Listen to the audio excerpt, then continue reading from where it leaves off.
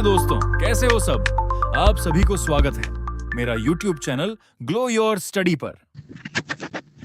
Hello जी, राम राम सभी को। वो मेरे को ऐसे डायलॉग याद आ गया था, राम राम सारा ने। सभी को जय हिंद। क्या हाल चाल है? सैटरडे संडे एंजॉय करने के बाद बेहतरीन तरीके से हम लोग वापस। Very good morning. आ जाओ। वॉइस नहीं, क्या क्या क्या क्या क्या वॉइस नहीं आ रही है? ठीक है, अभी चेक करो। आपकी तबीयत सही? यार अभी बेटर है, बहुत बेटर है पहले से। तो मतलब यूं समझ लो कि 70% 80% आराम आ गया मुझे।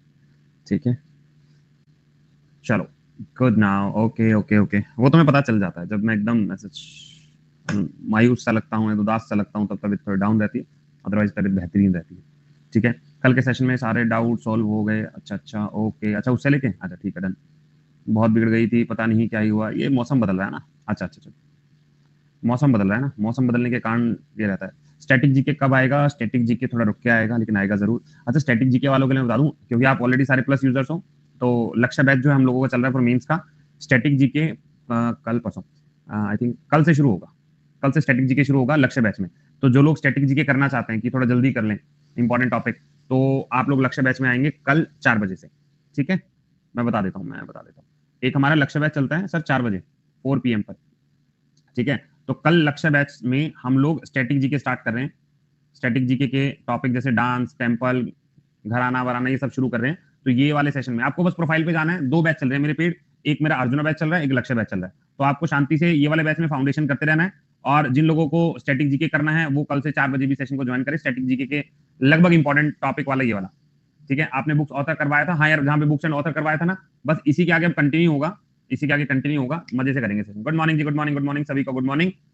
सारे बच्चे फटाफट से एक बार सेशन को ज्वाइन कर लो, ताकि आज का सेशन हम बढ़िया तरीके से चलाएं। अच्छा, लास्ट सेशन में हमने दूसरे का दिमाग खराब कर दिया था जब हमने किया था टॉपिक सोशल रिफॉर्म्स का। एक तो सोशल रिफॉर्म्स खत्म करना है। ठीक है, मेरे तो सर जयपुर तक क्या हो गया, क्या क्या क्या क्या मेरे तो सर जयपुर तक जाके आया हूँ, यहाँ होती नहीं है हमारे। अच्छा अच्छा, ठीक है सर, कोई ऐसी बुक बता दीजिए जिसमें सारे सब्जेक्ट के प्रीवियस ईयर क्वेश्चन मिल जाएं। तो ऐसी आप ले सकते हैं किरण पब्लिकेशन, ऐसी ले सकते हैं पिनैकल, ऐसी ले सकते हैं Rakesh Yadav previous year book. तो ऐसे बहुत सारी बुक्स हैं, इन सब बुक्स में से आप कोई बुक ले सकते हैं। पॉलिटी जो नहीं हुई वापस से कराओगे एंड होने के बाद। जब ये एंड हो जाएगा फिर करवा दूंगा, लेकिन मैं तो ये कहूंगा रिकॉर्डेड देखना चालू कर दो। इतना इंतजार क्यों करना, फरवरी तक का रिकॉर्डेड चालू कर दो। कोई डाउट आए तो अभी तो मैं लाइव बैच ले ही रहा हूँ, तो मुझसे पूछ लो। अगस्त डिक्लेरेशन और अगस्त ऑफर में फर्क क्या है? काफी फर्क है। ठीक है, काफी फर्क है। अगस्त ऑफर दिया गया था हमको कंटेम्प्रेरी बेसिस के ऊपर कि भैया ये सारा प्रोग्राम तुम खेलने वाले हो। अगस्त देखो, अगस्त ऑफर एक तो टाइमिंग चेंज है, अगस्त डिक्लेरेशन भी टाइमिंग चेंज है। ठीक है, दोनों के बीच में ऑफर का एक देखो, एक में बात की जा रही है कि अंग्रेजों ने इंडियंस को ऑफर दिया कि हम ऐसे ऐसे प्रोग्राम चेंज करेंगे। डिक्लेरेशन के अंदर उन्होंने कहा हमें सपोर्ट करो, तुम्हारे सैनिकों की हमें जरूरत है। ठीक है, अभी आएगा, अभी आएगा। करंट अफेयर भी करवा दो, नेक्स्ट मंथ एग्जाम है। करंट अफेयर यार मैं ना 2 दिन दो बस, इसको करंट अफेयर को इंप्लीमेंट कर देता हूँ। 2 दिन दो। जियो का कंपाइल पीडीएफ मैंने टेलीग्राम पे शेयर किया है, लेकिन सिर्फ मेरा वर्ल्ड ज्योग्राफी वाला उसमें नहीं होगा। वो आप क्लास पीडीएफ से पढ़ लीजिए, क्योंकि मैपिंग के थ्रू है, इतना ज्यादा लिखने वाला उसमें था नहीं। सर ज्योग्राफी की मैप पीडीएफ टेलीग्राम में दे दीजिए। मैप वाली पीडीएफ तो नहीं बन पाई यार मुझसे अभी, क्योंकि मैप वाली पीडीएफ कौन सी, वो ऑक्सफोर्ड वाली? हाँ, वो एटलस वाली बुक डाल दूंगा मैं। चलो शुरुआत की जाए। शुरुआत की जाए के सेशन की। सबसे पहले थोड़ा सा हम लोग बात करते हैं नरम और गरम के बारे में। उसके बाद वापस से हम लोग अपने सोशल रिफॉर्म पे आएंगे। शुरू में सोशल रिफॉर्म कर दूं, शुरू में सोशल रिफॉर्म करेंगे तुम सर उदास से हो गए, तो इसलिए मैं थोड़ा सा नरम गरम के बारे में हल्की फुल्की बातें करूंगा। उसके बाद हम लोग शुरू करेंगे। एक सेकंड, सोशल रिफॉर्म में पीडीएफ ऐड कर दूं ना, सोशल रिफॉर्म्स ऐप वाली पीडीएफ शायद। Sir exam related information last में दे दिया करो। ठीक है भाई, डन। कंसोलिडेटेड हिस्ट्री का कंसोलिडेटेड मैं ना लास्ट में भी बना रहा हूँ। मतलब मेरे को ऐसा लग रहा है कि एक पीडीएफ में इन सबको मर्ज करके एक बना दूंगा, तो वो वाली पीडीएफ में बना रहा हूँ। और मोस्ट प्रोबेबली जब तक आपकी मॉडर्न हिस्ट्री मैं क्लास वाइज करवा रहा हूँ ना, वो एक कंपाइल्ड पीडीएफ वो भी आपको मैं दे दूंगा। वैसे मैं एक कंप्लीट पीडीएफ भी दे दूंगा मेडिवल की, एंशिएंट की, मॉडर्न की। ठीक है, वो मैं प्रोवाइड करवा सकता हूँ, बट उसका और मेरा कंटेंट में थोड़ा भी डिफरेंस मिलेगा, बट मैं अभी प्रोवाइड करवा सकता हूँ। लिख कर पढ़ाइए सर प्लीज। ठीक है, बहुत ज्यादा हो जाएगा लिखने वाला, इसलिए सोशल रिफॉर्म पढ़ लो ऐसे ही। चलो उससे पहले, लेकिन मैं आज कुछ और बातें कर रहा हूं। सबसे पहले हम लोग बात करेंगे नरम गरम के बारे में। सर टेलीग्राम लिंक का टेंशन कर दीजिए। मालिक मुझ पर रहम करो, ये लिंक विंक करूंगा तो फिर मुझे लिंक कर देंगे ये लोग फाइन के साथ, तो मैं शेयर नहीं कर सकता हूं। ठीक है, पहले सोशल रिफॉर्म पहले थोड़ा नरम गरम के बारे में बात करें, हम लोग हिस्ट्री से कनेक्टेड फील करेंगे फिर। चलो शुरू करें। एक बार सारे बच्चे थम्स अप कर दो कि हम लोग आ गए हैं। ताबड़तोड़, बहुत बढ़िया। चलो देखो जी यार, हम लोग ना अभी तक हमने कुछ चीजें जो पढ़ी हैं, कुछ चीजें हमने पढ़ी है, पहले उसको आंखों के सामने से निकाल दो, ठीक है? आंखों के सामने से निकाल। आर्य समाज तक हो गया था सर? पॉलिटी की भी हैंड नोट्स नहीं है यार, पॉलिटिक हैंड नोट्स नहीं है, ठीक है? अरे कर दो लाइक, 100 पार हो ही जाएंगे, 89 तो पहुंच ही गए। ये लो भाई, हो गए। देखो अब लास्ट एक बार थोड़ा हिस्ट्री को जान लेते हैं। अभी तो हमने जो पढ़ते हैं, हमने शुरू में जब बात की थी, मैंने कहा यार हिस्ट्री का पोर्शन जब हम पढ़ेंगे तो हम बहुत सारी चीजें देखते हैं। हमने कहा हिस्ट्री में सबसे पहले हम लोगों ने पढ़ा कि यूरोपियंस का आना कैसे हुआ, कि यूरोपियंस आए, उन्होंने अलग अलग तरीके से हमारे ऊपर राज करने की कोशिश की, जिसमें सबसे पहले पुर्तगाली आए, उसके बाद अलग अलग व्यक्ति आए, आखिरी में हमने फ्रेंच देखे। ये लोग धीरे धीरे भारत के ऊपर आए, लेकिन इन सब यूरोपियन में से जो सबसे खतरनाक तरीके से उभर के आए वो लोग थे इंग्लिश वाले। इंग्लिश वाले कहने का मेरा मतलब क्या होता है? इंग्लिश वाले कहने का मतलब यूके होता है। देखो यार, ये यूके, ग्रेट ब्रिटेन, या हम लोग बात करें ब्रिटिश आइल से होता क्या? देखो मैं ऐसे मान के चल रहा हूं कि जब हम वर्ल्ड मैप देखेंगे ना, तो एक एरिया जिसमें स्कॉटलैंड, वेल्स, ये वाला सारा एरिया जो होता है ना, उन सारे एरिया को मिला के जो बनता है उसको बोलते हैं ब्रिटेन। क्या बोलते हैं? ब्रिटेन बोलते हैं, या इसको मैं ग्रेट ब्रिटेन बोलता हूँ, ठीक बात। जब इस ग्रेट ब्रिटेन के अंदर मैं नॉर्दर्न आयरलैंड, मतलब पास में ही है आयरलैंड, बीच में छोटा सा एरिया है, नॉर्दर्न आयरलैंड को मिलाता हूं तो इसको बोलते हैं यूके। लेकिन जब मैं वेल्स, इंग्लैंड, स्कॉटलैंड, इनके साथ पूरा आयरलैंड मिलाता हूं, ये कंप्लीट आइलैंड है, तो इन सबको मिलाने के बाद इसी को बोला जाता है ब्रिटिश आइल्स। सर ये आपने बहुत कंफ्यूजन मचा दिया। देखो मैं कहता हूं स्कॉटलैंड, इंग्लैंड, वेल्स, इन सबको मिला दो, खाली ग्रेट ब्रिटेन है।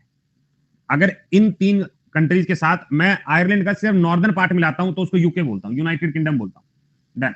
अगर मैं पूरा आयरलैंड ले लूं और पूरा दो द्वीप है पड़ोस पड़ोस में, एक द्वीप आयरलैंड वाला है, एक द्वीप जिसमें बहुत सारी कंट्री है, अगर मैं इस पूरे को मिलाता हूं ना, आयरलैंड वाला और पूरा ग्रेट ब्रिटेन वाला, तो इसको कंबाइन करके मैं ब्रिटिश आइल्स बोलता हूं। ये एक बेसिक अंडरस्टैंडिंग है। तो मैंने कहा अलग अलग यूरोपियन आए। इसके बाद यूरोपियन के बाद हमने देखा कि इन यूरोपियंस ने, सर मैप में शो कर दो यार, अभी मैंने मैप में डाला नहीं हो, ये रैंडम मेरे मन में आया तो मैंने बता दिया था, ठीक है? तो यूरोपियंस के बारे में अगर मैं बात करूं, ये सब जीत जात गया, आप अपना एरिया पकड़ लिया। उसके बाद हमने देखा यार, एक लड़ाई हुई थी बक्सर की, एक लड़ाई थी प्लासी की।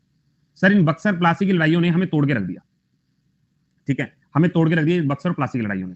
तो हमने कहा यार इन लड़ाइयों के बाद हम लोग जो है ऑलमोस्ट अपनी जो गद्दियां हैं वो हार चुके। इधर से हमने देखा कि एंग्लो मराठा वॉर हुई, हमने देखा एंग्लो मैसूर वॉर हुई, हमने देखा यहाँ पर निजाम सब्सिडरी में आ गया, हमने देखा यहाँ पे सिख की लड़ाई हुई। तो हमने देखा यार हर प्रोविंस के अंदर अंग्रेज जो है हमारे ऊपर धीरे धीरे राज करते चले गए। लेकिन ये राज का पर्दाफाश कब होता है? जब 1857 का रिवोल्ट होता है, 1857 की क्रांति। ये क्रांति जो है हमें पूरी तरह से क्या कर देती है? पूरी तरह से कंप्लीटली तोड़ देती है। मैं तो टूट गया। तो इस लड़ाई के बाद हिंदुस्तानी जो कहते हैं मैं तो टूट गया, ये वो वाली लड़ाई थी। तो यहाँ पे कंप्लीटली फेलियर हो गया। अब इस 1857 के बाद से लेकर और 1905 के बीच में ऐसा कोई बड़ा विद्रोह नहीं हुआ, ऐसा कोई बड़ा बदलाव नहीं हुआ, ठीक है? तो मेरी जो कहानी शुरू होती है आजादी की कहानी, वो 1905 से लेकर और 1947 के बीच की कहानी होगी।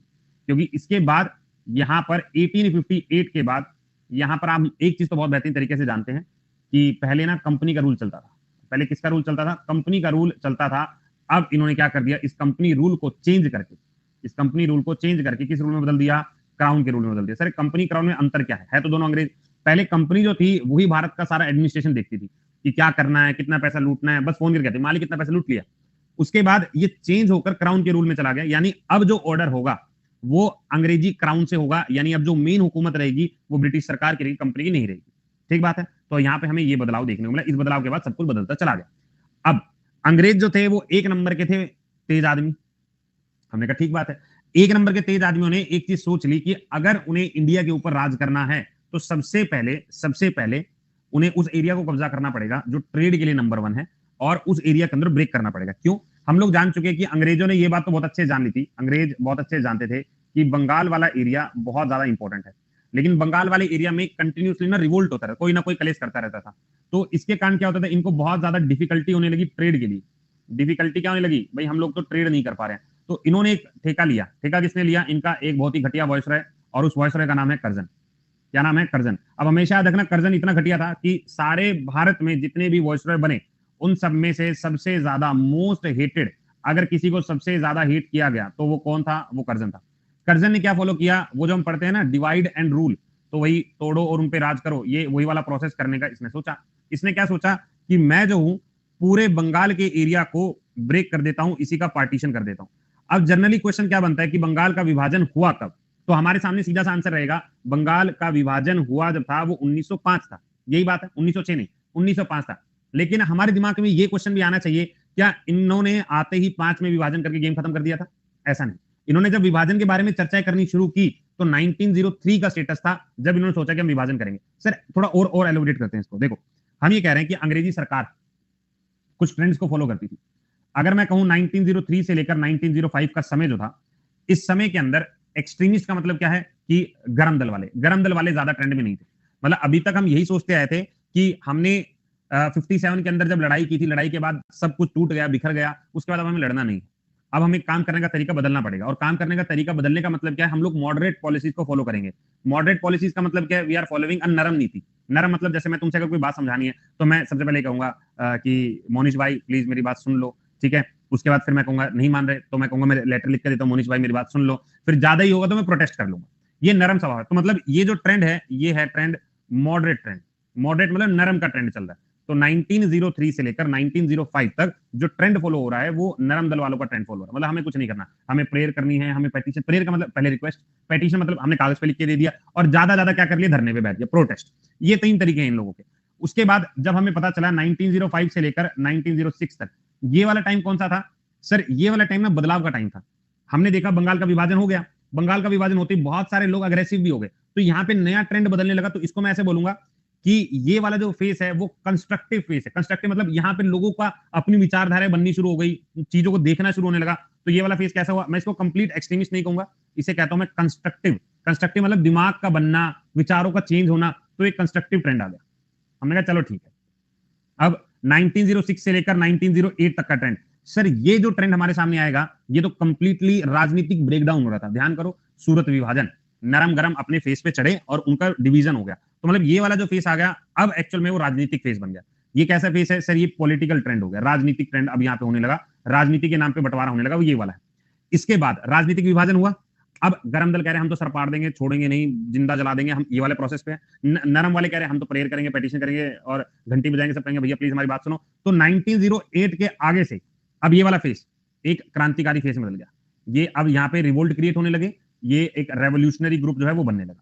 तो ये जनरली हम लोग फॉलो करेंगे। इसके आगे से हम फिर धीरे धीरे देखेंगे कैसे क्रांतिकारी जीवन में बदलता जा रहा है, क्या होता जा रहा है।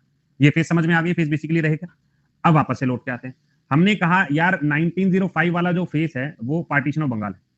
पार्टीशन ऑफ बंगाल सबसे इजी क्वेश्चन पूछा जाता है, बंगाल का विभाजन कब हुआ? हम कहेंगे सर 1905 की बात है। अब थोड़ा सा मजा लेते हैं लोगों का। हमने बोला कि सबसे पहले अंग्रेज जब आए, अंग्रेज ने कहा कि हम लोग सोच रहे हैं। क्या सोच रहे हो? इन्होंने कहा 1903 में इन्होंने एक अनाउंसमेंट की। ये कोई ऑफिशियली अनाउंसमेंट नहीं थी, बस एक नॉर्मल सी अनाउंसमेंट थी कि हम लोग चाहते हैं कि पार्टीशन ऑफ बंगाल हो जाए, पार्टीशन ऑफ बंगाल हो जाए। तो जैसे ही लोगों ने सुना एकदम लोग घबरा गए, भाई ये क्या है?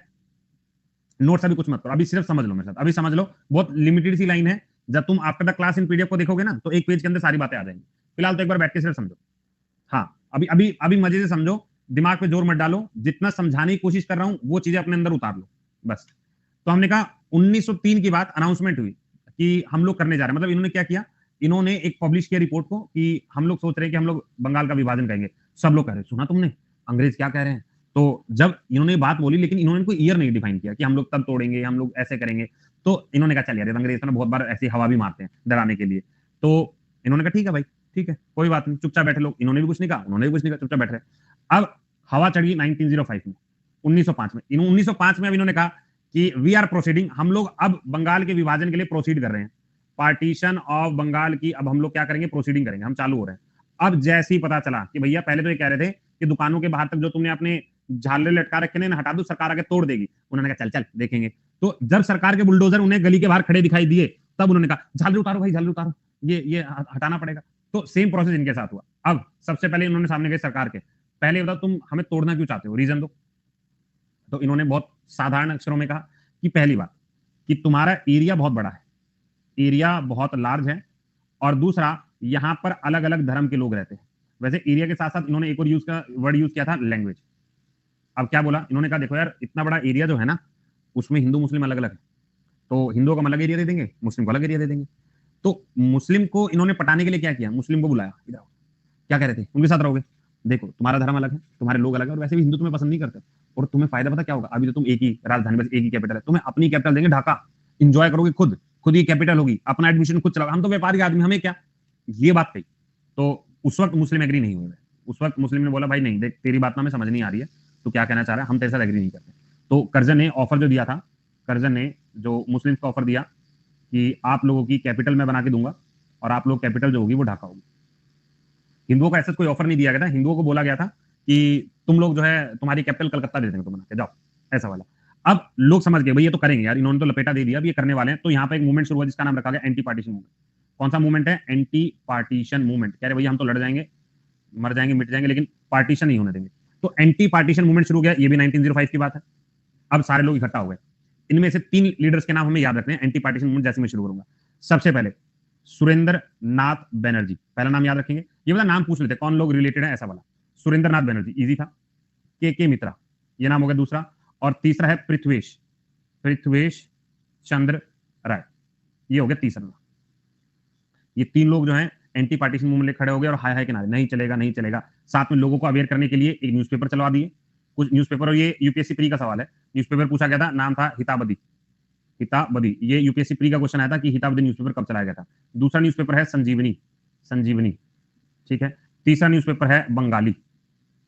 चलो ये 3 इन्होंने न्यूज़पेपर थे। देखो उस वक्त ना लोगों को बताने का तरीका, न्यूज़पेपर, पैम्फलेट, जर्नल, यही तरीका होता है और कोई तरीका नहीं था ज्यादा, ठीक है। मास गैदरिंग वाला प्रोसेस अभी तक चालू नहीं किया कि लोगों को इकट्ठा करो, भाई चलो मीटिंग है आ जाओ सारे, वैसा तरीका इतना ज्यादा पॉपुलराइज नहीं हुआ था। लेकिन इस तरीके का भी इस्तेमाल किया गया जब ऑफिशियली अंग्रेजों ने, ऑफिशियली ब्रिटिशर्स ने एक गैजेट में निकाल दिया कि हम लोग, जुलाई में बता रहा हूं बात, 1905 में, कि हम लोग पार्टीशन करने जा रहे हैं।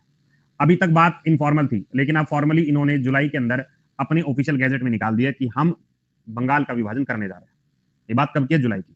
बात जैसी हवा में फैली, बात अगस्त में, हम बात करें अगस्त 7 की, अगस्त 7 1905 में एक मीटिंग रखी गई। किसने मीटिंग रखी गई? सुरेंद्र नाथ बनर्जी प्लस आनंद मोहन बोस, इन दोनों को एक मीटिंग हेल्ड कर ली उन्होंने। ये लिखता हूं, 7 अगस्त की बात है, 7 अगस्त 1905 एक मीटिंग रखी गई। डेट भी पूछते हैं भाई, जो डेट मैं लिख रहा हूं वो डेट पूछी गई, इसलिए मैं वो डेट लिखूंगा, अदरवाइज मैं नहीं लिखता। इन्होंने कहा कि हम लोग टाउन हॉल कलकत्ता के अंदर एक मीटिंग रखने जा रहे हैं। टाउन हॉल कलकत्ता के अंदर एक मीटिंग रखेंगे। कौन है? सुरेंद्र नाथ बनर्जी, साथ में आनंद मोहन, इन दोनों को बुलाया गया।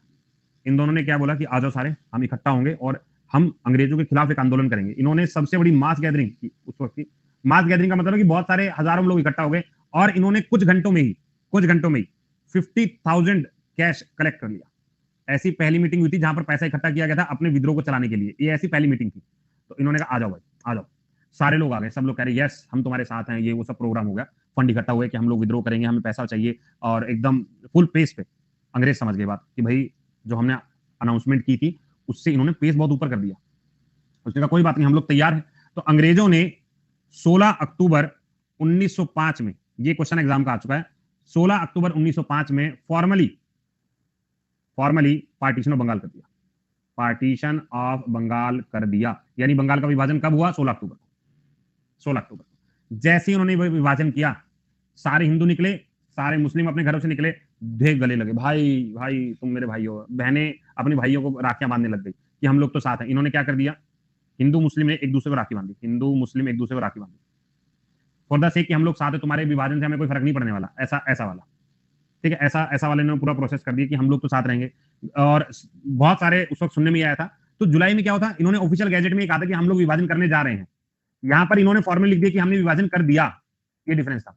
यहाँ पे ना ये भी मैंने सुना था बहुत जगह कि जब ये 1905 का विभाजन हुआ ना, तो लोगों ने चप्पलें उतार दी और गंगा में स्नान करने के लिए चल पड़े आधे लोग, और आधे लोग सड़कों पे चल रहे हैं और गाने गा रहे वंदे मातरम, ठीक है। वंदे मातरम के यहाँ गाने जो हैं हमें सड़कों पे सुनाई दिए, ये गाने गाए गए, एक दूसरे गले मिल रहे हैं, राखी बांध रहे हैं, सब खुश एकदम, वाह। इन्होंने कह दिया हमें कोई फर्क नहीं पड़ रहा, लेकिन इंटरनली हम लोग जानते हैं कि जो नफरत का बीज था ना वो बो दिया गया था। जो एक दूसरे को तोड़ने का जो छोटा सा वो होता है ना कि सीड, वो डाल दिया गया था, और वो सीड अब धीरे धीरे आगे जाके पेड़ बनेगा। तो ये नरम गरम, फिर दिक्कत इनको क्या दिक्कत है? सब लोग तो साथ काम कर रहे हैं, इनको दिक्कत सुनो जरा क्या है। अब एक छोटा सा हम देखते हैं आपस में गृह क्लेश, हर एक की घर की एक ही बात, गृह क्लेश। तो गृह क्लेश में हमारे सामने 2 हैं। एक आते हैं एक्सट्रीमिस्ट मतलब ये हैं लाठीबाज, और एक आते हैं मॉडरेट। ये कौन है? ये फूल लेके घूम रहे हैं। तो एक्सट्रीमिस्ट में जब हम बात करते हैं तो इन्होंने सीधी बात बोली कि हम लोग चाहते हैं कि तुम, और ऊपर से ना यहाँ पर बहुत सारे स्टूडेंट को पीटा गया था ये जब विभाजन हुआ था तो लोगों ने कहा था हम स्कूल नहीं जा रहे, तो अंग्रेजों ने बच्चों पर, सरकारी नौकरों पर जो इसका विद्रोह कर उनकी पिटाई भी कर दी थी। तो काफी सारे लोग एक्टिव वहां पे भी हो गए थे। तो एक्सट्रीमिस्ट बोले जब हमारे भाइयों पर लाठी उठी है तो हम इसका संपूर्ण बाइकआउट करते हैं। यहाँ पे इन्होंने बोला हम लोग बाइकआउट करते हैं और हम लोग चाहते हैं कि not only in Bengal, not only in Bengal but in various part. मतलब ये चाहते थे कि ये जो बाइकआउट वाला प्रोसेस है सिर्फ बंगाल में ना आके अटक जाए, ये फैल जाए पूरे भारत में अलग अलग जगह पर। लेकिन मॉडरेट्स का क्या कहना था, देखो यार तुम बदतमीजी मत करो, तुम सिर्फ बंगाल का दंगा है ना तो बंगाल में ही रखो, ठीक है, बंगाल में ही रखो। भाई एक बार गाड़ी रोक के जरा हर्ष भैया को राम राम करो एक बार, ठीक है। देखो राम राम तो है भाई, कितने सारे लोग हैं, वो सब ना खो चुके हैं हर्ष, वो सब खो चुके हैं इस हिस्ट्री की गहराइयों में। तुम अगर उन्हें ध्यान से छेड़ोगे तो अपनी चप्पल उतार के अकेले ऐसे खड़े होंगे और हाथ में लाठी भी हो सकती है उनके। तो अभी वैसा वाला है, ठीक है। तो अभी उन्हें छेड़ना नहीं, वो अभी हो सकता है कुछ नरम वाले कुछ गर्म वाले हों, तो अभी घर वाले भी उनको डिस्टर्ब नहीं कर रहे होंगे, एकदम वो अभी उसी मूवमेंट में जी रहे हैं। चलो वापस चलते हैं उसी मूवमेंट में। तो मॉडरेट्स क्या बोले, बाइकआउट का मतलब क्या था, बाइकआउट मतलब मैं ये कहूं कि शाम मुझे मान लो कोई कंपनी है, मान लो मर्सिडीज की ना कोई चीज खरीदेंगे ना कोई गाड़ियां खरीदेंगे, वैसे तो हम खरीद नहीं पा रहे, तो हमने बोल दिया, हमने कहा नाम कोई गाड़ी खरीदेंगे हम इसका कंप्लीटली बाइकआउट करेंगे और सारी दुनिया को कहेंगे कि कोई भी इसकी आइटम ना खरीदे, मतलब वैसा वाला आइटम नहीं, गाड़ी वाला आइटम, कोई भी आइटम जो है वो नहीं खरीदेंगे मर्सिडीज का, ये चीज मतलब ऐसा वाला है, ठीक है। तो अंगूर खट्टे हैं वैसा वाला हम गाना गा देंगे। तो अब हमने कहा ये मॉडरेट्स वाला क्या हिसाब है, तो हमने मॉडरेट से पूछा भैया क्या कहना चाहते हो। इन्होंने कहा देखो एक तो जो बंगाल का विभाजन चल रहा है वो बंगाल में चल रहा है ना, बाकी में क्यों ड्रामा कर रहे हो तुम। तो इन्होंने कहा कि हम जो ये विद्रोह कर रहे हैं ओनली इन बंगाल होना चाहिए, बाकी लोगों को क्यों परेशान किया। लेकिन एक्सट्रीमिस्ट कहते हैं भैया हमारे देश की बात है, हमारे देश का हिस्सा टूटा, तुम कह रहे हो कि बंगाल में रोक लो। फिर भी ये मूवमेंट ना बंगाल में रुका नहीं। क्या जैसे अगर मैं कहूं पूना और बॉम्बे की बात, पूना एंड बॉम्बे के बारे में अगर मैं बात करूं तो यहाँ पे बाल गंगाधर तिलक, बाल गंगाधर तिलक ये जो है इनके लीडर बन गए कि अपन लोग जो है पूना और बंगाल वाला एरिया देख लेंगे, पहला। दूसरा पंजाब वाला भगत सिंह के चाचा और हमारे लाला, तो एक हो गया अजीत सिंह प्लस साथ में लाला लाजपत राय, इन्होंने पंजाब वाले एरिया में रिवोल्ट को कंटिन्यू किया। दिल्ली वाला थोड़ा आप याद कर सकते हो, इतना ज्यादा कॉमन नहीं है। अगर हम दिल्ली के बारे में बात करें, सैयद हैदर राजा, सैयद हैदर राजा ये इनका हो गया। चौथा जो है मद्रास वाला एक रिवोल्ट आप याद कर सकते हो, इनका नाम है चित्रम्बरम पिल्लई। चलो जी, इतनी बात मुझे समझ में आ गई कि एक्सट्रीमिस्ट की वजह से अब बंगाल के बाहर भी ये मूवमेंट फैलने लगा। अब एक चीज देखो तुम, जब इनका पॉइंट ये है कि सिर्फ बंगाल में चले, इनका पॉइंट ये है पूरे देश में फैले, तो आपस में थोड़ा दंगा नहीं होगा क्या, बिल्कुल होगा। लेकिन थोड़ा सा और मजा लेते हैं। एक्सट्रीमिस्ट एक्सटेंडेड द मूवमेंट, यार एक्सट्रीमिस्ट ने एक्सटेंड मूवमेंट क्यों किया, अच्छा ये सोचो क्यों किया होगा। एक्सट्रीमिस्ट ये कहते थे कि अगर इंडिया का एक पार्ट हिंदू मुस्लिम पे तोड़ा जा रहा होगा तो क्यों ना पूरे देश में इस चीज को फैलाया जाए और इसका विद्रोह किया जाए कि कोई भी अंग्रेजी सामान का इस्तेमाल नहीं करेंगे। क्योंकि यहां पर क्या किया गया था, गवर्नमेंट स्कूल, गवर्नमेंट नौकरी, इनके कपड़े, इनके सब्जी जो भी एक्सपोर्ट इंपोर्ट कर रहे थे सब रोक दिया था कि हम लोग यूज ही नहीं करेंगे तो बेचेंगे क्या। तो ये वाला मूवमेंट था। अब इस मूवमेंट के बाद सोशल रिफॉर्म को, इस मूवमेंट के बाद 1906 की बात आई। अच्छा 1906 में आने से पहले एक और बात देखते हैं कि 1905 में इंडियन नेशनल कांग्रेस का प्रेसिडेंट कौन था पता है तुम्हें, उसका नाम था गोपाल कृष्ण गोखले, गोपाल कृष्ण गोखले। और ये कैसा बंदा था सर, ये था एकदम जबरदस्त वाला नरम आदमी। ये कौन है, ये मॉडरेट आदमी है। और तुम्हें लगता है कि अगर कोई इंडियन नेशनल कांग्रेस का उस वक्त अध्यक्ष मॉडरेट है तो वो एक्सट्रीमिस्ट को कुछ नहीं होने देगा, वो नहीं जाने देगा। और हम ये भी जानते हैं कि बाल गंगाधर तिलक, ठीक है, और गिनती 4 लोगों को मिला के एक्सट्रीमिस्ट का कोई बड़ा नेता भी नहीं था, लेकिन बाकी ज्यादातर लोग कैसे थे, वो ठंडे स्वभाव के थे, वो ठंडे स्वभाव के थे।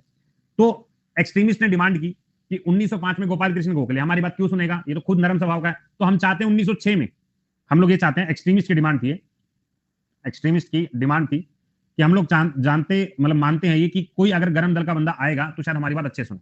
तो इन्होंने 1906 में डिमांड की कि कोई एक्सट्रीमिस्ट आ जाए, कोई एक्सट्रीमिस्ट आ जाए जो लीडर बने, आईएनसी का प्रेसिडेंट बने। लेकिन ऐसा हुआ नहीं। दादा भाई नौरोजी कोई एक्सट्रीमिस्ट नेता नहीं थे, ठीक है, बट दादा भाई नौरोजी बहुत ज्यादा रिस्पेक्टफुल थे। तो इन्होंने कहा ठीक है भाई, अब जब दादा भाई नौरोजी को लिया तो एक्सट्रीमिस्ट भी बोल नहीं पाए क्योंकि वो थोड़े न्यूट्रल से बंदे थे, मतलब ना तो ज्यादा एकदम नरम थे ना ज्यादा गर्म थे। तो 1906 के जो नेता बने, इंडियन नेशनल कांग्रेस के जो प्रेसिडेंट बने, उनका नाम क्या था, उनका नाम था दादा भाई नौरोजी, उनका नाम था दादा भाई नौरोजी। जब दादा भाई नेहरू जी बने तो बाकी सारे लोगों ने ना मतलब मान लिया कि ठीक है दादा भाई Nehru ji fine for us, सब लोग एग्री कर गए। और दादा भाई नेहरू जी ने इसका ना मतलब वो भी दिया, इसका रिजल्ट भी दिया काफी लोगों को। तो कैसे इन्होंने क्या क्या बोला, इन्होंने कहा कि हम लोग बाइकआउट करेंगे, ये ऑफिशियली मैं डिक्लेयर कर रहा हूँ कि हम लोग सरकारी जो अंग्रेजी चीजें हैं उनको इस्तेमाल नहीं करेंगे, पहला। दूसरा इन्होंने कहा कि मैं स्वराज को अनाउंस करता हूं, जो कि एक बहुत बड़ी चीज थी। पहली बात, स्वराज के बारे में बात कौन करता है, हमने पढ़ा है, दयानंद सरस्वती जी ने सबसे पहली बात की थी स्वराज के बारे में, इंडिया फॉर इंडियंस के बारे में। लेकिन अभी अगर मैं कांग्रेस में बात करूं तो स्वराज के बारे में पहली बात हमारे दादा भैया ने की। तो स्वराज क्या है, मतलब हमारा राज, स्वराज, हम लोग अपने खुद चीजों को करेंगे, हम अपनी खुद चीजें डेवलप करेंगे, खुद चीजें यूज करेंगे, तो वो हमारा स्वराज है। ठीक है, उसके बाद ये कंप्लीट इंडिपेंडेंस नहीं है। लेकिन इसके बाद हमें नेशनल एजुकेशन के बारे में, अच्छा ये क्वेश्चन भी बहुत बार पूछा कि नेशनल एजुकेशन की स्थापना कब हुई थी, तो यार थोड़ा सा याद रख लीजिए 1906 की ही बात है, नेशनल एजुकेशन। ठीक है, हमने कहा ये भी बात सही है। और तीसरा इन्होंने एक मूवमेंट चला दिया जिसका नाम रखा गया स्वदेशी मूवमेंट, मतलब हमारे देश को अंग्रेजों से आजादी दिलवाने का मूवमेंट, वो स्वदेशी मूवमेंट है। तो यार दादा भाई नेहरू जी ने काफी अच्छी चीजें कर दी है। अच्छा, बहुत सारी जगह पर, बहुत सारी किताबों में स्वराज को एक मूवमेंट लिखा जाता है कि हमारी खुद की सरकार, सेल्फ गवर्नमेंट, ये भी लिख देते हैं, कोई ज्यादा ऐसा परेशानी वाली बात नहीं। तो दादा भाई नेहरू जी ने बहुत अच्छा काम कर दिया, सब लोग कह रहे हैं यार मजा ही आ गया। ठीक है, तो हमने क्या क्या बोला, सबसे पहले बाइकआउट, हमने बोला स्वराज ये सेल्फ गवर्नमेंट के बारे में, हमने कहा नेशनल एजुकेशन के बारे में, हमने कहा स्वदेशी मूवमेंट के बारे में। अब हमें ओवरऑल जो है वो समझ आने लगा कि ऐसे ऐसे क्या क्या चीजें। ठीक है, अब इसी के साथ हम थोड़ा सा बैकग्राउंड में लेते हैं। 1906 में एक और लीग बनी थी जिसका नाम था मुस्लिम लीग। वैसे मैं मुस्लिम को थोड़ा सा अलग से भी पढ़ाऊंगा एक कि इन्होंने क्या क्या किया। अब ये मुस्लिम लीग क्या हुआ, मुस्लिम लीग में ने एक एजुकेशन मूवमेंट रखी थी कि सब मुस्लिम को फोन किया गया, हेलो एक एजुकेशन मीटिंग है हमारी, आ जाओ सारे, कहां पे, या ढाका में। तो यहां पर आगा खान ने एक मीटिंग रखी एजुकेशन नाम से, और ये मीटिंग जो थी वो ढाका में रखी गई। जब सब लोगों को बुला लिया गया तो वहां पर आगा खान, सलीमुल्लाह खान, इन दोनों ने मिलकर, ठीक है, इन दोनों ने मिलकर एक क्रिएशन किया, किसका, मुस्लिम लीग का। क्रिएशन किसका किया, मुस्लिम लीग का। बाद में देखो, अब बहुत सारे लोग ना इसका हेडक्वार्टर जो है कहां पे बना, सोचते हैं लाहौर में होगा, लेकिन इसका हेडक्वार्टर बाद में चेंज करके लखनऊ लेके आया गया था। तो लेटर ऑन इसका हेडक्वार्टर जो है, लेटर ऑन इसका जो हेडक्वार्टर जो है वो कहां पे बना है, लखनऊ में बना। मैं इस टॉपिक पे ना दोबारा आऊंगा क्योंकि मुझे इनमें थोड़ा और डिटेल में जाना है। ठीक है, सबसे पहले अगर फाउंडर पूछते हैं तो आगा खान है, अगर आगा खान ऑप्शन में नहीं दिखा सलीमुल्ला खान है, ऐसे करके आता है। ये दोनों याद रख लें। मोहम्मद अली जिना, उसको आपको इंक्लूड नहीं करना है। सर न्यू एजुकेशन किन बना, ये न्यू एजुकेशन पॉलिसी यही वाली एक्ट करेंगे हम लोग 1906 वाला। ठीक है, चलो अब हमने ये देख लिया। इसके बाद ना हमें कुछ यहाँ पर एक्स्ट्रा पॉइंट याद करने हैं, जैसे हम लोग याद कर सकते हैं। पहला, एक बंगाल केमिकल फैक्ट्री बनी थी, बंगाल, इसको छोड़ दो, चलो मैं अलग से कराऊंगा इसको, बंगाल केमिकल फैक्ट्री, बस ये लिख रहा हूँ, उसके बाद एक्स्ट्रा पॉइंट में एक साथ लिखूंगा। ठीक है, ये किसने बनाया था, आचार्य प्रफुल्ला चंद्र। अभी फिलहाल के लिए छोड़ दे रहा हूँ, बस ये नेशनल एजुकेशन आप याद रख लीजिएगा, नेशनल एजुकेशन मूवमेंट या national education policy, national educational या national council of education, council of education, इन सबको मैं बाद में एक साथ करवाऊंगा। यहाँ पे थोड़ा सा आप याद कर लीजिएगा 1906 के बाद। बस देखो जी, अब मेरे पास 1906 का कैरेक्टर भी आ गया। 19, अब मुझे जाना है 7 के ऊपर। अब एक चीज बताओ, जब इन्होंने एक बार 6 में डिमांड की थी कि हमें एक एक्सट्रीमिस्ट नेता दे दो, तो उन्होंने फिर भी नहीं दिया था। मतलब मैं अभी के लिए छोड़ दे रहा हूँ, अभी के लिए छोड़, 1906 वाला मैटर है सारा। भाई पहले एक चीज सारे बच्चे बताओ, यहाँ तक सब लोग क्लियर है, कोई डाउट, कोई समस्या, कोई परेशानी? ठीक है, तो थम्स अप करके बता सकते हो कि क्लियर है। सारे बच्चे थम्स अप करो।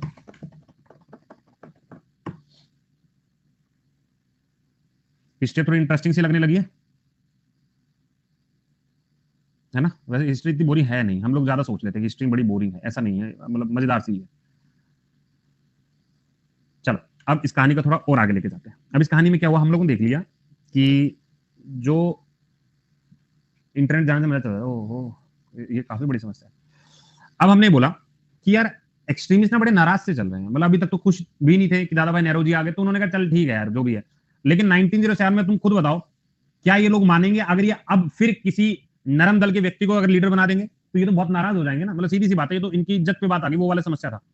तो 1907 में इन्होंने फिर बोला हमारे किसी लीडर को चुन लो, हम तब मीटिंग अटेंड करेंगे, हमें भी अच्छा लगेगा यार, हमेशा अच्छा नहीं लगता तुम अपनी मर्जी चलाओ। इन्होंने कहा रास बिहारी घोष, जो कि अगेन एक एक्सट्रीमिस्ट नेता नहीं। जैसे ही इन्होंने नेता बना दिया, और ये सेशन सूरत में हुआ था, तो हमें यहां से याद है सूरत विभाजन हुआ है, तो सेशन सूरत में था। अब इन्होंने साफ साफ बोल दिया भाई देख, अभी तक हमने बहुत प्यार से तुमसे बात की, हम अब तुम्हारी बातों में नहीं आने वाले, वी वांट अ सेपरेशन, हम लोग तुम्हारे साथ काम ही नहीं करना चाहते। तो अगर मैं लिखूं ये है मॉडरेट, और अगर मैं कहूं ये है एक्सट्रीमिस्ट, मतलब गरम दल वाले, तो बेसिक इनके आइडियोलॉजी में डिफरेंस क्या है? हम कैसे मान लें कि इनकी आइडियोलॉजी इतनी अलग है कि इनको टूटना पड़ा? सबसे पहले अगर मैं मॉडरेट वालों के बारे में बात करता हूं तो इनका काम करने का तरीका, इनका वर्क करने का तरीका हमेशा था संवैधानिक रूप से, कि हम लोग जो काम करेंगे वो कॉन्स्टिट्यूशनल वे से काम करेंगे। हमारा कोई भी तरीका नॉन कॉन्स्टिट्यूशन नहीं हुआ, ये तो पैदा ही नॉन कॉन्स्टिट्यूशनल वे पे होते हैं कि हम लोग तो नॉन कॉन्स्टिट्यूशनल तरीके से काम करें जिससे हमें सुकून मिले, हमारा वो तरीका है। ये वाला गुंडाई वाला तरीका हो गया, ठीक है। दूसरा तरीका, इन्होंने बोला कि हम लोग अंग्रेजों के साथ लॉयल रहेंगे। इन्होंने कहा तेल लेने गए, हमारे पास कोई लॉयल्टी नहीं है, नो लॉयल्टी, कि अपने को कोई लॉयल नहीं बनना, अपने को आजादी चाहिए, ठीक है। यार एक्सट्रीमिस्ट नहीं थे, एक्सट्रीमिस्ट नहीं थे। थर्ड नंबर पे आते हैं, इनका स्वभाव जो था वो बड़ा मॉडेस्ट था, मतलब प्यार से बात करने वाले लोग थे। और ये जो थे लठबाज थे, अग्रेसिव थे, कि अपन लोग तो नहीं छोड़ने वाले हैं। यार कोई बात नहीं। अब 3 पॉइंट हो गए। फोर्थ पॉइंट, ये चाहते थे, ये ऐसा नहीं है कि जो नरम दिल वाले थे वो हमारी गवर्नमेंट नहीं चाहते थे, पर ये कहते थे ऐसी गवर्नमेंट बना लो, कुछ काम अंग्रेज तुम कर लो, कुछ काम हम कर लेंगे। तो ये कहते थे लिमिटेड सेल्फ गवर्नमेंट दो हम लोगों को, लिमिटेड मतलब दोनों आराम से रह ले, लिमिटेड सेल्फ गवर्नमेंट। ये ज्वाइंट फैमिली वाले हैं, रोटी तुम बना लो, सब्जी तुम बना लो, रायता तुम बना लो, तो वैसा वाला था। लेकिन ये क्या चाहते थे? ये चाहते थे कंप्लीट सेल्फ गवर्नमेंट, कि हमारी ही हो, हमें नहीं चाहिए रायता किसी और का, सब्जी किसी और की, हम खुद ही बना लेंगे, ठीक है। तो कंप्लीट सेल्फ गवर्नमेंट इनकी थी। अब एक चीज बताओ, जितने भी साहूकार अमीर लोग, वो लड़ना वड़ना नहीं पसंद है उन्हें। वो ये कहते थे कि अब हम लोग जो है, हाँ जी अंग्रेज भाई साहब मैं गिफ्ट भेज रहा हूँ आपको, 2 घोड़े भेजे हैं, अब ऐसा करना मुझे तंग मत करना। तो वो वाला हिसाब है। तो यहाँ पे जनरली जो लोग थे जो जुड़े हुए थे वो तो इलाइट थे, मतलब बड़े, या मैं कहूँ रिच लोग थे, या मैं कहूँ बड़े बड़े जमींदार थे, ये लोग जुड़े हुए थे। और यहाँ पर कौन लोग थे? गरीब लोग, मिडिल क्लास लोग, किसान लोग, जिनके ऊपर अत्याचार हो रहा है। वो क्यों कहेंगे भाई? वो क्यों कहेंगे हम नहीं करते तुम्हारे साथ काम, हम तुम्हारा सर फाड़ देंगे, वो वाला हिसाब है, ठीक। तो हमें इतनी बात क्लियर हो गई कि एक तो लोग ही अलग हैं, तो शायद उनका विजन भी अलग है। अगर हम ये कहें जैसे कि यार दिल्ली से मथुरा जाएं तो कैसे जाएं, तो अमीर लोग कहेगा कैब पकड़ के निकल जाओ, you have to do an Ola, tick tick tick, and cab में बैठो, भैया मथुरा छोड़ दो, तो भैया मथुरा छोड़ देंगे। लेकिन गरीब आदमी का तो सोच ही अलग होगी ना। वो कहेगा कि भाई जब उतरूंगा तो मेट्रो के लिए मुझे क्या करना पड़ेगा, बस पकड़ू या ट्रेन, किराया किसमें सस्ता पड़ेगा। तो टाइम की चिंता नहीं, हमने टाइम फालतू पड़ा है, सस्ता कहाँ पड़ेगा, तो अपन लोग तो वो सस्ते वाला पॉइंट देखेंगे, ठीक है। तो डिफरेंस तो ऑटोमेटिकली व्यू में आ ही जाता है। अमीर और गरीब कभी भी एक पेज पे काम नहीं करेंगे। हाँ, गरीब बोलेगा कूपन कोड बताओ, तो कूपन कोड लगा के, और फिर भी वो ओला नहीं करेगा, ओला इतनी महंगी पड़े, कूपन कोड के बाद भी कहेगा भाई नहीं। या फिर वो अपने पूरे परिवार को जोड़ेगा, और कैब वाले कहेगा भाई प्लीज यार 7 लोग हम एक दूसरे गोदी में बैठ के निकल जाएंगे, प्लीज यार बैठा ले भाई, 10 रुपए तू ऊपर ले ली, तू भी तो गरीब है, 50 रुपए ऊपर दे दूंगा, तो वो वाला, ठीक है। दिल्ली में बस टिकट बहुत कम है, लेकिन उसे तो जाना मथुरा है, वो डीटीसी में क्यों घूमेगा, है ना। दिल्ली में मैं जानता हूँ, जब मैं दिल्ली में शुरू शुरू में घुसा था तो बसों में घूमने का चाव अलग ही था भाई। तो हम लोग बस की टिकट नहीं लेते थे, हम लोग पास बनवाते थे, पूरे दिन का पास बनता था, जो मर्जी बस में चढ़ो भाई। और रईसियत थी मेरी, एसी बस का पास बनवाता था, ठीक है।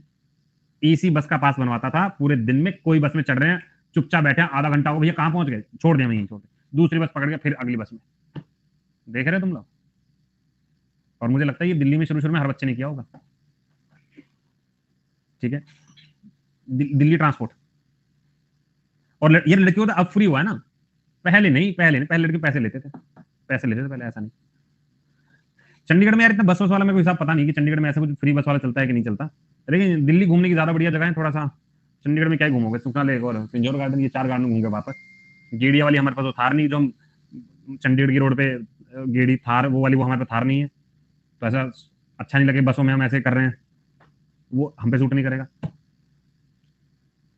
ठीक है। चलो अब आते हैं नेक्स्ट पॉइंट के ऊपर। अब हमें दिखाई दिया, I have never gone out, जाओ जाओ जाओ यार, एक स्टेट में मत घूमो, बाहर सब जगह घूमो। यूपी में बहुत जगह, यूपी में बहुत जगह, ठीक है। तो हमने कहा यहाँ पे आ गया मॉडरेट, हमने कहा यहाँ पे आ गया मॉडरेट।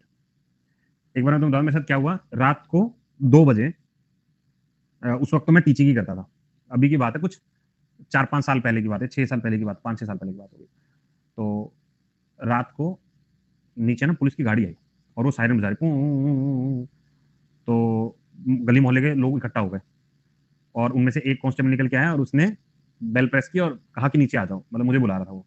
तो गली मोहल्ले के, अरे इस मास्टर ने क्या कर दिया, जरूर कुछ कांड किया होगा, मतलब ऐसे खुशबू शुरू हो गई। और गलती क्या हुई कि वो पुलिस वाला जो सायरन है वो बजा दिया था। तो जब मैं नीचे गया तो वैसे मेरे पापा मिलने आए हुए थे, बट वो उनकी रहती ना जीप वगैरह, तो उन्होंने सायरन गलती से बजा दिया। तो मैंने कहा पापा सायरन वायरन बज जाएगा, फोन कर दो मैं आ जाऊंगा। सारे गली मोहल्ले खड़े हो गए, सुबह मेरे को मिलने आए, बहुत सारे लोग आए गली मोहल्ले के जितने थे। बेटे क्या हो गया था, कुछ गड़बड़ हो गई थी? मैं कहा नहीं जी मेरे पापा आए थे। अच्छा, ऐसे कर करके अलग अलग लोगों को बता, तब तब उनको विश्वास हो कि नहीं भाई कोई कांड नहीं किया इसने, मिलने वाले आए थे। तो मैं उसके बाद मैंने मना कर दिया कि यहाँ मत आया करो, मुझे फोन करा करो, मैं आ जाऊँगा, वहीं आ जाऊँगा मैं।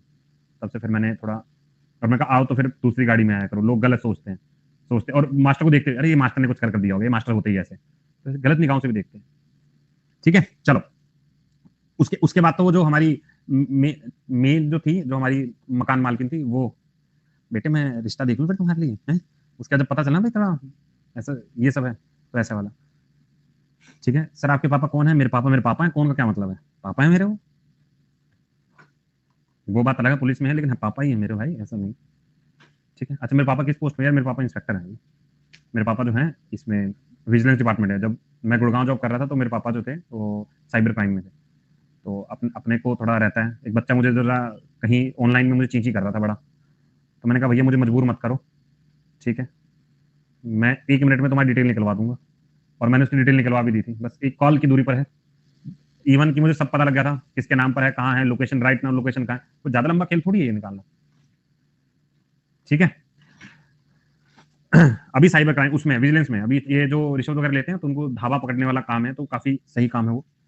देखो जी, अब मॉडरेट वाले लोकेशन पे आते हैं। तो मॉडरेट वाली लोकेशन क्या होती है? हमने कहा 2-4 लोग हैं, जैसे दादा भाई नौरोजी। दादा भाई नौरोजी कहते हैं, हमने कहा नरम है।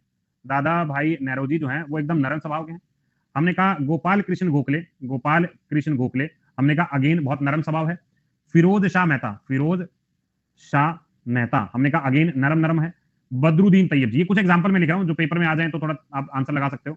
तैयब जी, अब मैंने क्यों नहीं की, मैं ये वाला टॉपिक कंप्लीट फिर बताऊंगा क्यों नहीं की। उसके बाद आता है एक्सट्रीमिस्ट। उसके बाद क्या आता है? एक्सट्रीमिस्ट। एक्सट्रीमिस्ट में आपको हमेशा याद रखना है लाल, बाल और पाल। लाल से लाला, लाला लाजपत राय। बाल से बाल गंगाधर तिलक, बाल गंगाधर तिलक। और पाल से बिपिन चंद्र पाल, बिपिन चंद्र पाल। लेकिन मैं ये कहता हूं हमेशा ना, हमें ये 3 ही नाम याद है, इसके अलावा कोई नाम ही नहीं याद है। लेकिन आप याद रखोगे औरबिंदो घोष, औरबिंदो घोष, ये मुझे याद रखना है। और मुझे याद रखना है अश्विनी दत्त, अश्विनी दत्त, ये मुझे याद रखना है। ठीक है, तो ये मुझे थोड़ा सा याद रखना है, बहुत बार एग्जाम में पूछते हैं कि बताओ इनमें क्या क्या चीजें हैं। अब हमने कहा ये नरम ये गरम, दोनों के बीच में एकदम खटास आ चुका जीवन में। तो इन्होंने क्या कर दिया, इन्होंने सूरत सेशन में, सूरत सेशन के अंदर सूरत स्प्लिट करते हैं। सूरत स्प्लिट क्या हुआ, जहां पर 1907 के अंदर मॉडरेट्स अलग, नरम दल वाले अलग और गरम दल वाले अलग। अब तुमने यहाँ पे अंग्रेजों का खेल देखना यार, तुम हैरान रह जाओगे कि अंग्रेज ने इतना गेम कैसे खेल दिया।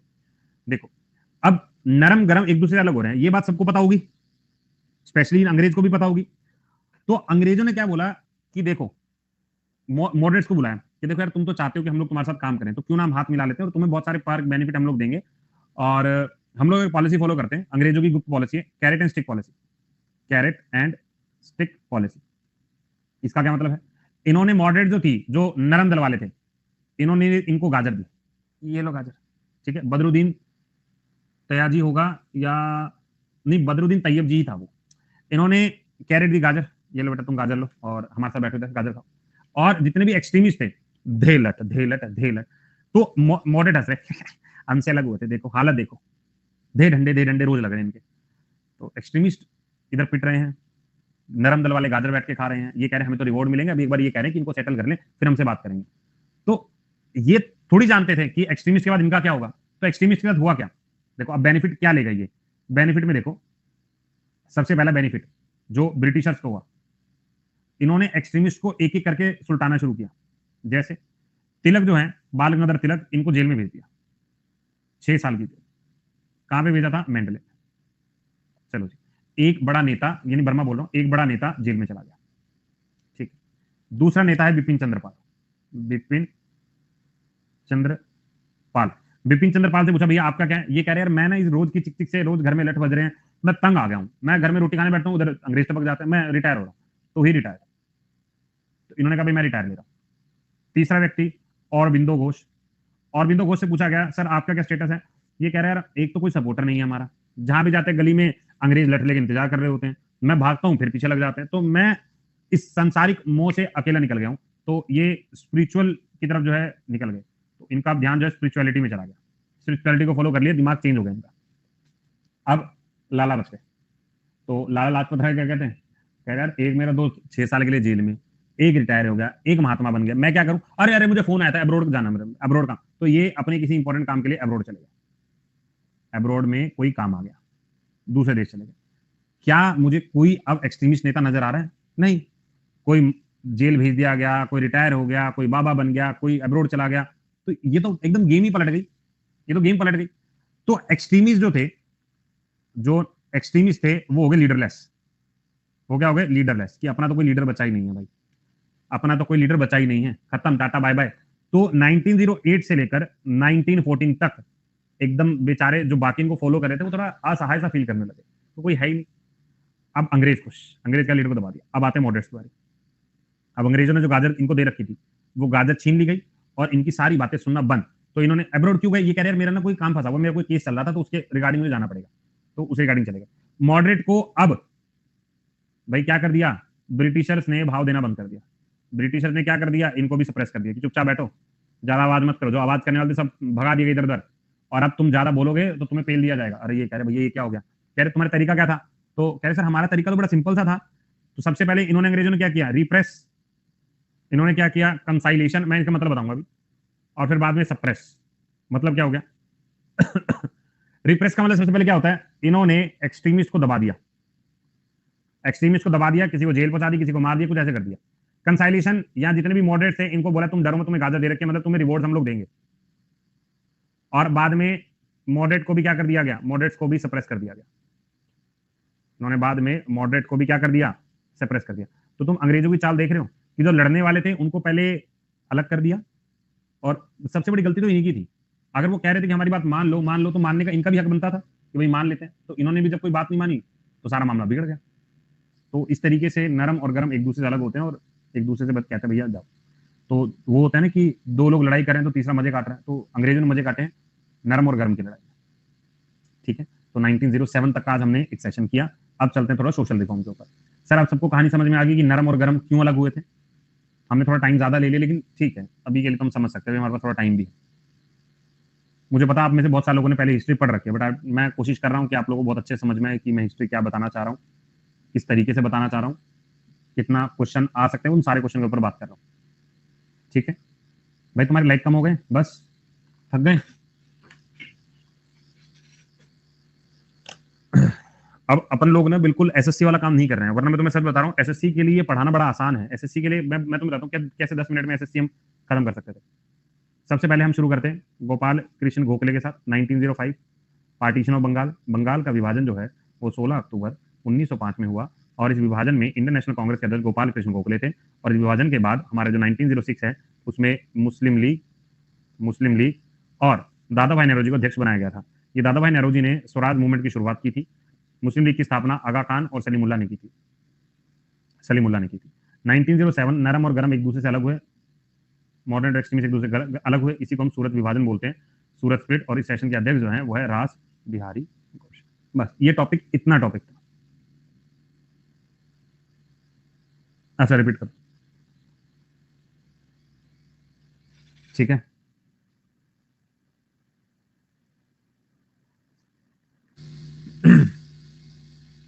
हिस्ट्री के 4 क्वेश्चन आते हैं, और अगर मैं बिहार के पेपर के बारे में बात करूं तो बिहार वाला जो पेपर था उसमें लगभग 30 के आसपास क्वेश्चन आते हैं। मैं तुम्हें जिस अभिषेक के बारे में बात करता था ना, कि मेरा एक फ्रेंड अभिषेक है जो इतनी मेहनत के बाद सेलेक्ट हुआ था, तो कल मैंने उसी को वाईफाई स्टडीज पर एक यूट्यूब क्लास ली थी, मतलब यूट्यूब एक इंटरव्यू टाइप लिया था, कि क्योंकि वो सिलेक्टेड है ऑलरेडी। तो मैंने उससे पूछा, मैं भाई तू बच्चों को गाइड कर, अब सेलेक्ट हो गया तो तू बच्चों को बता कि बिहार एसआई का अगर पेपर देना है तो कैसे करना है, कितना करना है, कहाँ से करना है, वो सारा। ठीक है, तो कल अगर किसी ने बिहार एसआई वाला एग्जाम की तैयारी करनी है तो आप लोग एक बार वो वीडियो देख लीजिएगा वाईफाई स्टडीज पर। अभी साइंस वेटेज बढ़ा दिया गया, हाँ यार साइंस का वेटेज भी बढ़ा दिया, साइंस के थोड़े क्वेश्चन का लेवल भी बढ़ गया। ठीक है,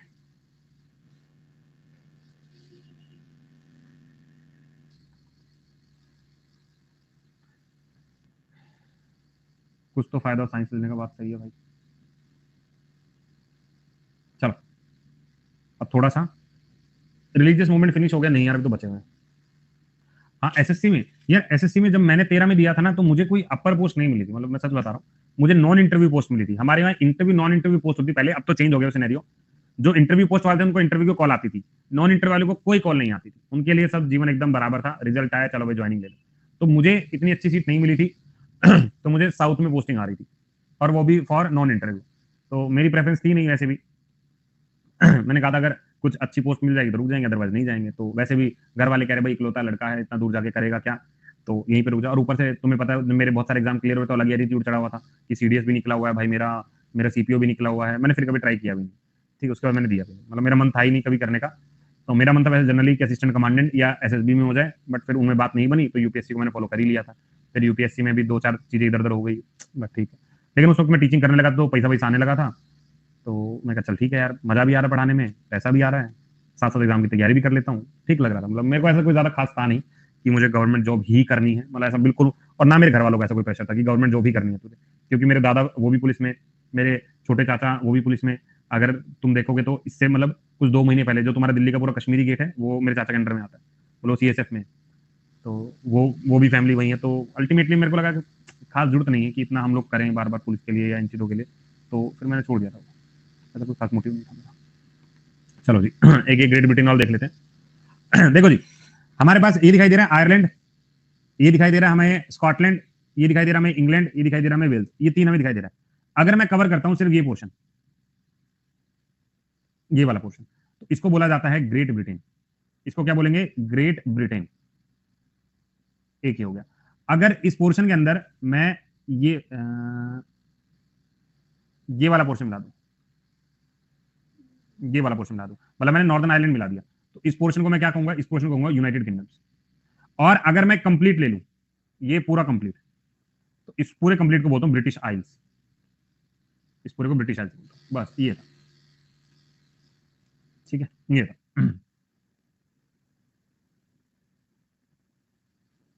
ठीक है, समझ में आ गया। चलो, तो आज यहीं पे रोकते हैं, और कल हम लोग वही सोशल रिफॉर्म वाला ना बीच में थोड़ा थोड़ा करवा दूंगा, फिर कंप्लीट हो जाएगा। ठीक है, एक बार इसको अच्छे से रिवाइज करना।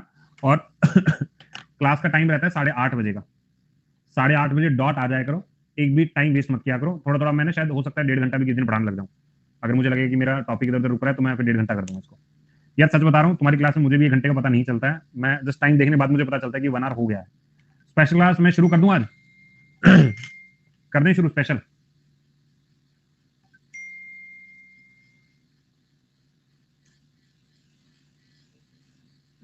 ठीक है, दिल्ली पुलिस के लिए करवा दूं? दिल्ली पुलिस के लिए करवा दूंगा। चलो मैं यूट्यूब पे शुरू करता हूँ फिर। यार यूट्यूब पे ना एक थोड़ा चेंज है, अब से मैं वाईफाई स्टडीज पे पढ़ाऊंगा। वाईफाई स्टडीज पे अब से मेरी यूट्यूब की क्लासेज होंगी, तो आप वाईफाई स्टडीज पे मेरी सारी क्लासेज देख सकते हैं। ठीक है, तो जितनी भी क्लासेज होंगी सारी वाईफाई स्टडीज पे होंगी, तो आप यहाँ पे मेरी क्लासेज देख सकते हैं। तो जितनी भी आगे Delhi police, SSC, GD, CGL में जो भी मेरी क्लासेज होंगी वो ये वाला स्टैटिक जी के कल 4 बजे शुरू होगा लक्ष्य बैच के अंदर, स्टैटिक जी के यहाँ पे। Done done done. विक्रम एक बार दोबारा डाउट भेजो यार, दोबारा भेज दो डाउट, कोई बात नहीं, दोबारा भेज दो। सर मैं पॉलिटिक कर रहा हूँ आपके रिकॉर्डेड बिहार के लिए, मोर देन इनफ है। ठीक है, उसको अच्छे से कर लो, बहुत अच्छे से कर लो, हो जाएगा। ठीक है जी, चलो इस बैच में सारा कुछ होगा, इस बैच में सारा कुछ होगा। जो स्टैटिक वहां नहीं करना चाह रहा, वाईफाई स्टडी मैं टाइमिंग बताऊंगा क्योंकि बहुत सारी चीजें, Scotland, England, Wales, Northern Ireland, ये यूके बनेगा। ठीक है, चलो bye bye, have a nice day. अब थोड़ा रुक जाना। वीडियो अच्छी लगे तो लाइक, शेयर और सब्सक्राइब करना मत भूलना। याद तो रहेगा ना? चलो चलते हैं, बाय।